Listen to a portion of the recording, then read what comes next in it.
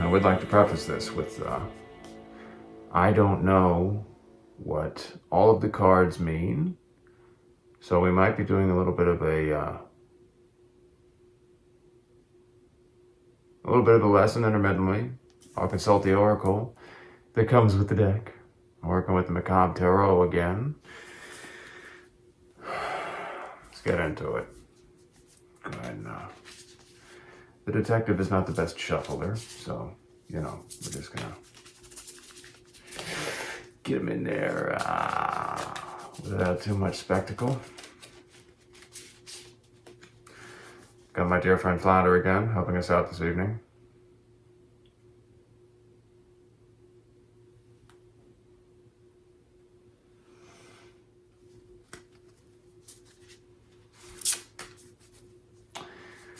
I may just rely on interpretive glancings and reviewing to fill in the gaps for anything I don't know with the cards and whatnot. Keep it flowing. We'll see how it goes. We'll see what happens. So, what kind of ne'er-do-well or deadly do-right is our hero of the day? Who's our main character? Let's find out. We've got two cards here.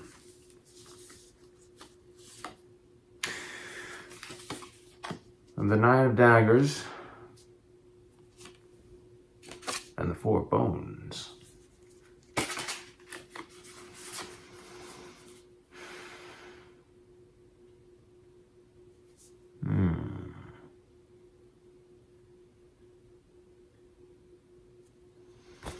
I don't know what either of those things mean. We're going to go ahead and consult the oracle. Daggers in this deck symbolize the typical swords in tarot. I don't remember what the bones are supposed to be indicative of. Say Nine of Daggers. Celebration at home. So our main character is a bit of a homebody, dealing with a Nine of Daggers type situation. As we consult the oracle. The Nine of Daggers. Ooh, and the upright symbolizes trauma. Our lead character, homebody, has some nightmares that are currently haunting them. Everything they fear the most is dancing around them right now. But perhaps those fears are not real. Our homebody is being weighed down by their trauma, and it is keeping them up at night.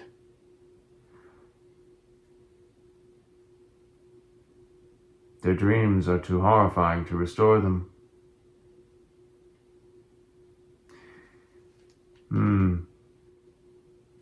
Perhaps it's time to get some outside help to work through the baggage that they are carrying. I don't know. Let's find out. What, pray tell, is keeping up our beloved homebody, personage of interest this evening? We haven't quite found out yet if they are a deadly do-right or a ne'er-do-well, but we know that they are a homebody, dealing with some tumultuous traumas on the home front. Losing sleep. What's keeping them up at night? Pick a card, any card. We've got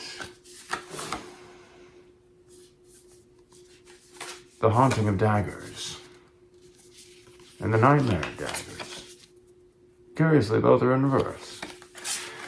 I'm sorry to say I don't know what these mean again, so we're going to consult the oracle.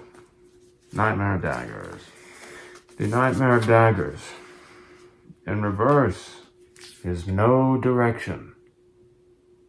In the upright, it would be impulsiveness, quickness to action. So this must be the Page of Swords. That's the typical depiction there. And it's just a little bit different in the Macabre Tarot. The Macabre Tarot is centered more around shadow work and that sort of thing, as it says in the guidebook here, the oracle. Let's see. Typically, the Nightmare of Daggers is laser focus and won't keep from its goal. With an enviable drive, it tackles tasks with precision and impulsiveness without warning.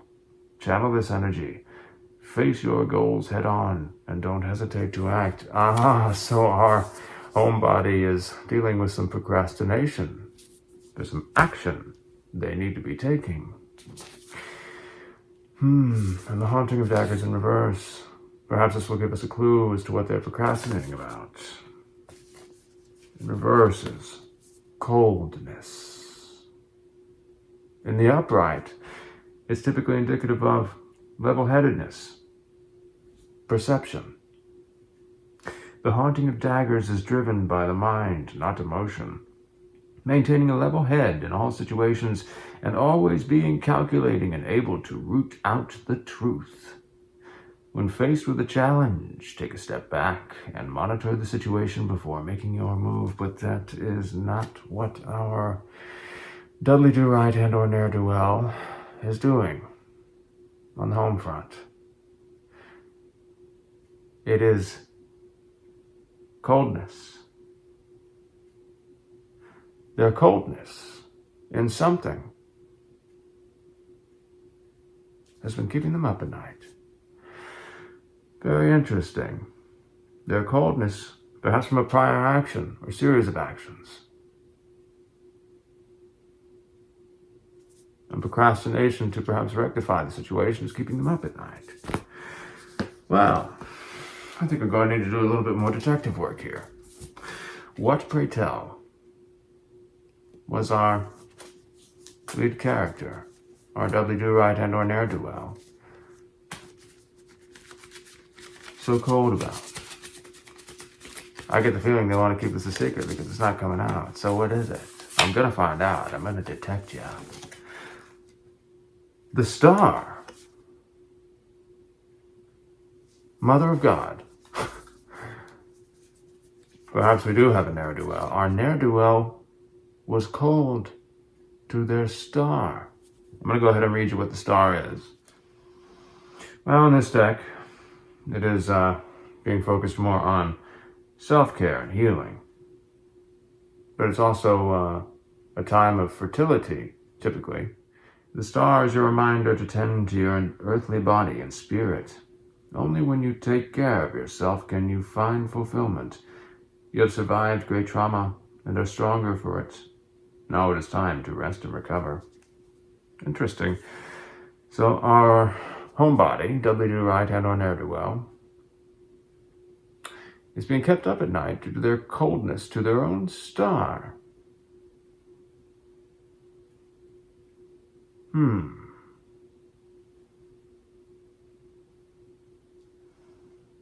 To their own self-care and healing. Interesting. Why do I get the feeling there's more to this story? I'm gonna sniff it out. Something tells me our lead character likes keeping their secrets. Well, we'll just have a closer look and see what we find out. Not to be creepy or voyeuristic or anything, but for crying out loud. The suspense is killing me. What is the star connected to, I wonder? For why would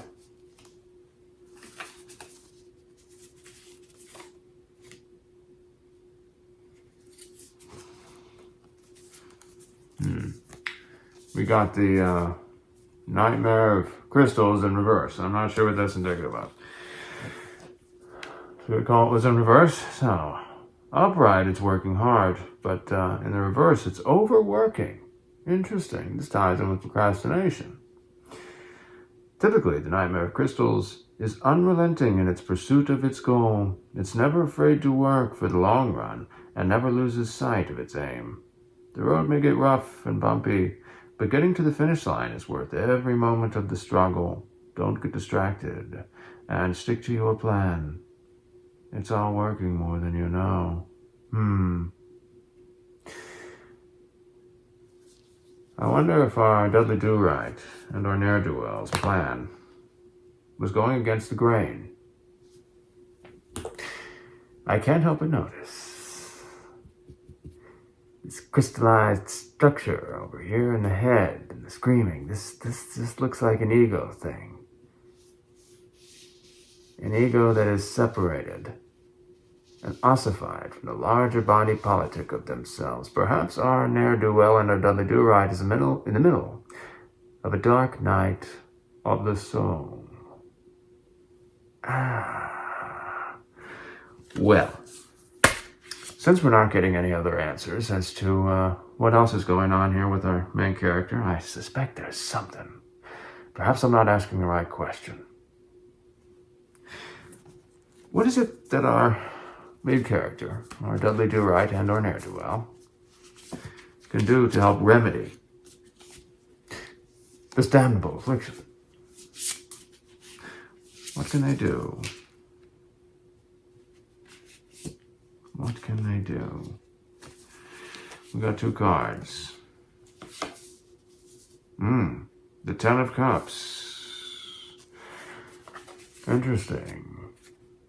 With a heart and a serpent wrapped around it. Ooh. And the Massacre of Daggers. Now this I know. The Ten of Cups. That's a big deal. Ten of Cups is like the best of the best that you can get. So, our lead character's got to go for the best of the best of what they can get, but I can't help but notice this snake wrapped around their heart. Reminds me of that whole coldness thing. I wonder if a little bit of defrosting could come in handy. Let's get that heart pumping again, free from these serpentine encapsulations. But let us not forget, we also got the Massacre of Daggers in reverse. This one I don't know. What is it? What do you know? In reverse, the Massacre of Daggers is indicative of cruelty. How cruel. Yes, indeed, our character might have been somewhat of a clown in their daggerous massacring endeavor.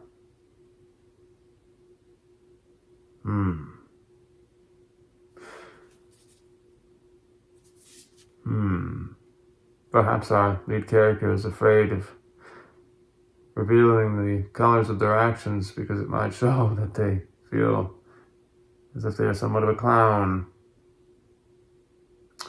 Kind of a dangerous clown, too, what with that knife there.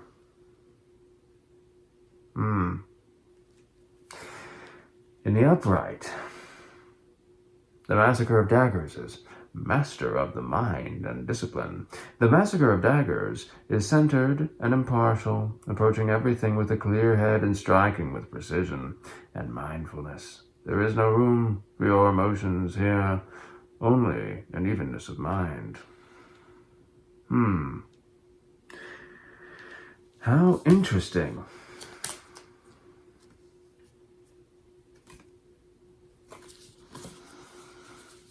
I believe our main character has to face their own cruelties.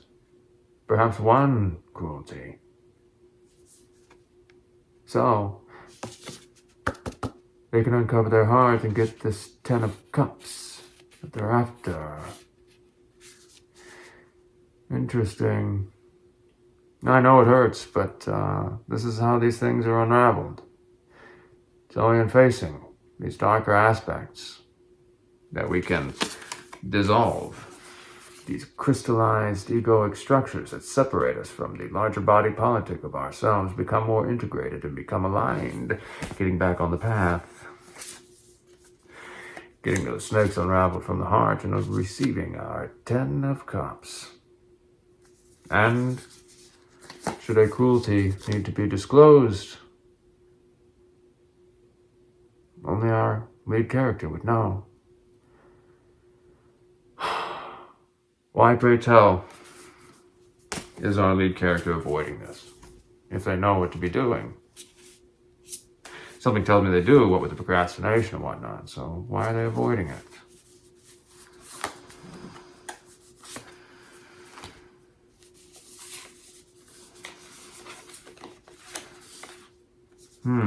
They're avoiding it because of the Chariot and the Three of Cups in reverse.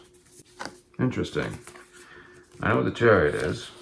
Three of Cups, we'll have to consult the Oracle. They fear isolation.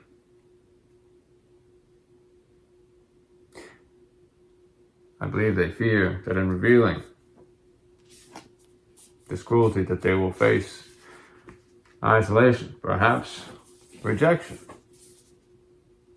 In the upright, the Three of Cups is indicative of friendship. Finding people who are accepting is difficult for even the most social of butterflies. You're finding your people and building a family all on your own. Allow yourself to be open and make room in your life for new people. But this is not what is holding up our character. It is the fear of isolation. But also, the Chariot. Now, just to touch things up and brush things up, I'm going to go ahead and read it. Momentum and movement. The Chariot has a single meaning. It's time to go. Run. If you're standing still, what are you waiting for? Run. Run. Run. Our lead character is frightened of becoming isolated very quickly upon the disclosure. Oh my goodness. Out there, cruelty and massacre of daggerous clownage. I understand. They must have done something that's not so great.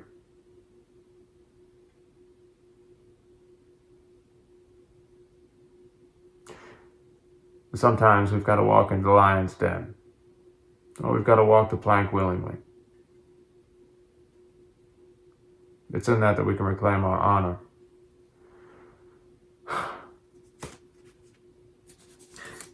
And yes, we may risk isolation if something potentially egregious has taken place. But at least we're clearing the karmic conundrum. So for crying out loud, we can get some sleep at night.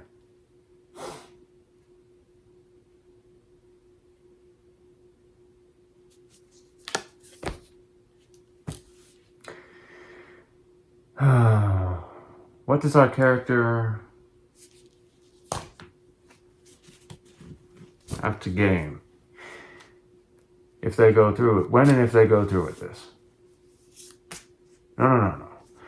What does our character potentially risk losing if they do not go through with this action? I get the suspicion that our character is motivated mostly by fear. As much as I don't like to utilize that as a motivator, what do they risk losing if they do not go through with this action? Oh dear.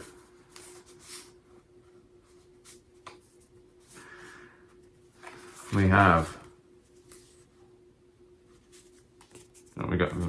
like 4 cards here. What do you know? They risk losing justice. Their Ace of Cups, for crying out loud. Temperance in the reverse. We're going to have to look that one up. Oh no. And the Ethereal. That's a hell of a wager. This is what they risk losing if they don't go through with this. I'm going to go ahead and consult the Oracle and really touch this thing up because this is kind of a big deal. Let's start with, justice is pretty self-explanatory, but we'll go ahead and hit them all. Why not? That's law and fairness, of course. Yeah, we'll go ahead and skip that. So, but the Ace of Cups, that's a big deal. That's a very big deal. New feelings, passionate beginnings. Come on, Father. Just hold it, just hang in there. A beautiful, abundant beginning is on the horizon. A fresh passion needs nurturing so it can bloom. Rather than being held down by the weight of old heartbreaks, be open to new love. Your heart is driving you, so listen and follow its lead. This is also what our character risks losing. And the last two, we have Temperance in the reverse and the ethereal. We'll look up Temperance first. Temperance, of course, is a sober mind or whatnot. So in the reverse, well, what do you know? That makes sense. They probably risk losing a sullied vision. That might not be a bad thing to lose. Hey. What are you doing, character? What are you doing? There we have it. In the reverse, Temperance is imbalance. Funny thing, I was just talking to a friend today about the whole balance thing. And last but not least, the ethereal. Pretty sure the ethereal is the Empress in this deck. That ain't something you want to lose.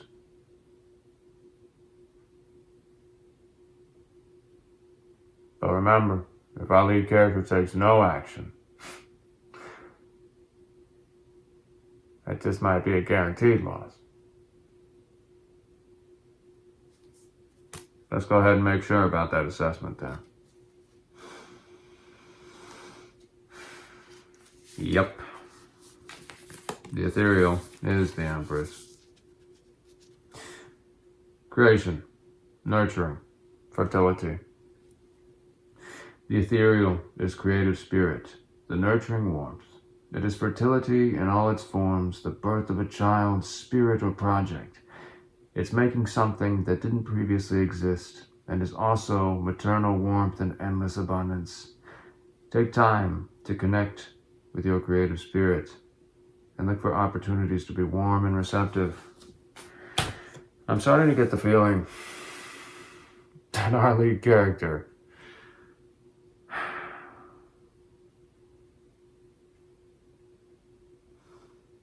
betrayed their Empress. And in sitting on the disclosure of this coldness and cruelty, they risk losing her, perhaps indefinitely. Not just that. A fresh start. Justice. And imbalance.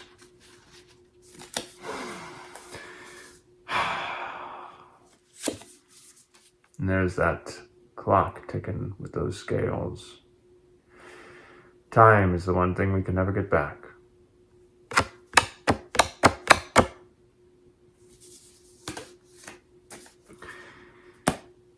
I hate to be so judgmental, but to our lead character here, I've been in situations like this, and I plunged myself right into the lion's den. It's not our call if we do something egregious. Can't control that. No matter what happens, purging that kind of stuff is worth it. I assume our lead character is not caught up in some kind of legal debacle. I get the feeling this is a lot more intimate.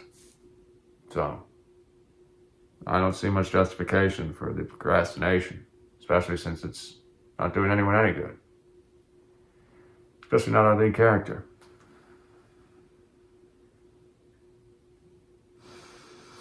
Our lead character is indeed going through a dark night of the soul.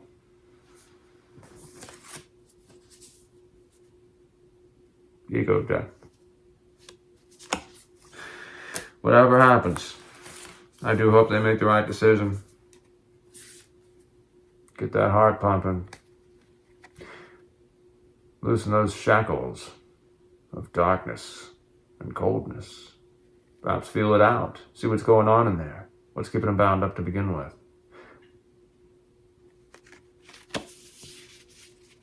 So they can get their 10 of cups.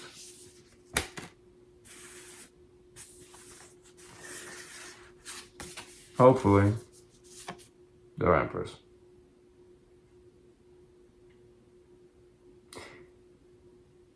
But you know, the thing about these kinds of disclosures and purges, somehow, even if the lead character doesn't quite get what they're looking for, they might just get the spirit of their Empress back. And that's pretty damn important.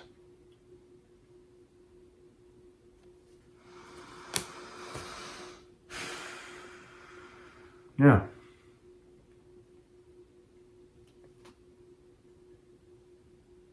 Bit of a darker story, but, you know, hey, it's the Macabre Tarot after all, and it's meant for shadow work.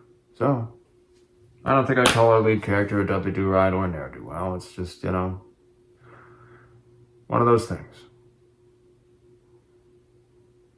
We've all been there, to some degree or another.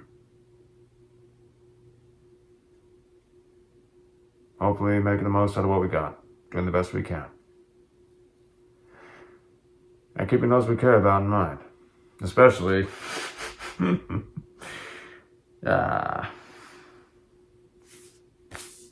where did that clown go? Especially if we done him wrong.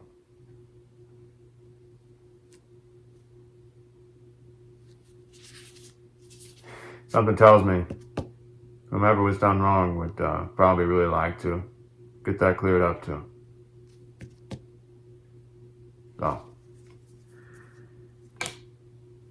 to our lead character, let us hope they bring clarity to the situation and restore justice for one and all.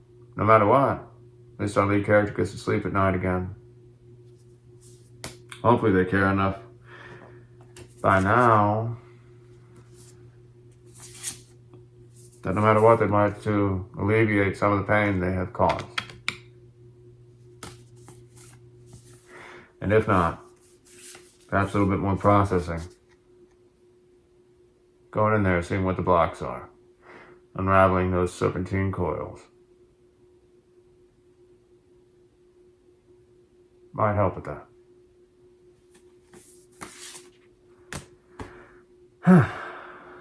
Yeah. Apart from that, thanks for tuning in. And until next time.